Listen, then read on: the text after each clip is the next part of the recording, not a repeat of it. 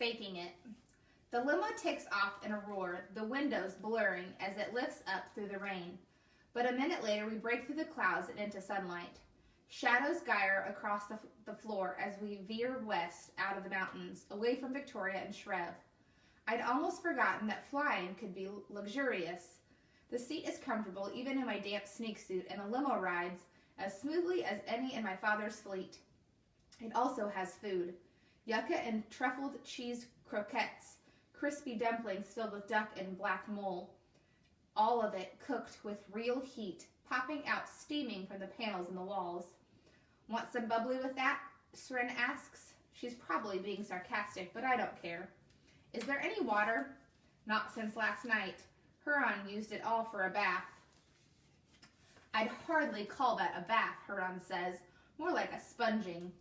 This thing doesn't collect rain? Zura glares at the flight controls, which are locked on autopilot. There's water in your soup bladders, Frey. Great, but do you have to call them bladders? I find the drinking tube on my shoulder, wrest it free from its clasp, and put it into my lips. The water tastes normal enough. Body temperature. At least it's not my own purified sweat or worse. But after a couple of days being thirsty, I can see why commandos wear these things. The deadliest part of the wild isn't snakes or scorpions. It's thirst and hunger. Also jump vines. Cole must be starving too, but he's not eating. His eyes are locked on the codebook air screen. Maybe planning a war is easier than thinking about his mother in that house when the missile hit, or his brother watching it happen over and over on the feeds, unable to change a thing. I should say something comforting, but I don't have the words. My own mother was murdered before I was born. She's only ever been a figment on a screen, a face in which Rafi and I found pieces of our own. Her smile, always wide like ours, her thin hands as we got older. So in a way, I could never lose her.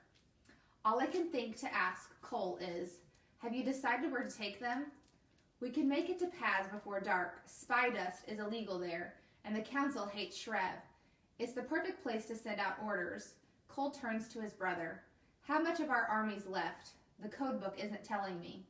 Tio looks up from eating. I don't know. Anytime a unit transmits, there's a chance they could get spotted. I never ask for a head count.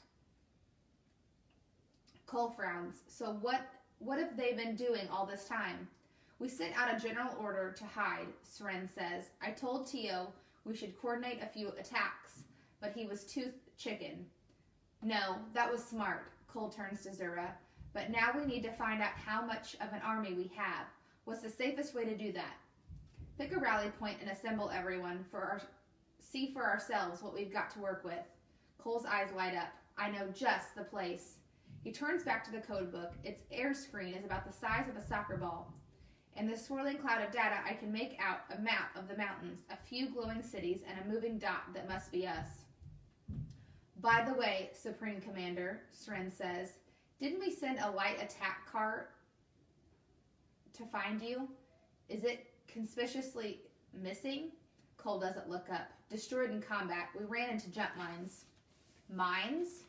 Were you taking a walk? Yes. And you brought a rented limo into rebel territory.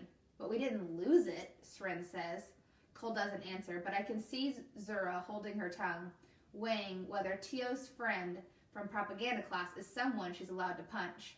So I speak up softly and clearly. Sren, the soldiers who served on that car fought valiantly, but they were killed. That's how wars work. People die, which is why we're taking you home. Her eyes spark, like she's about to argue, until Huron puts a hand on her arm. She settles back into her seat and mutters, still, my limo. The car falls silent, and Zura gives me the barest nod of thanks. Cole stays focused on the air screen, waving his fingers. He looks uncertain, like a littlest learning how to use interface gestures for the first time. Suddenly, it's hard to believe that he's really in charge of an army, or even what's left of one. How can a guerrilla war be waged by a 17-year-old boy from something that looks like a game screen? My whole life, I always thought that I was the only imposter, that everyone else was certain they were real in some way that I could never understand. But what if they're all just faking too? Maybe none of us know who we really are.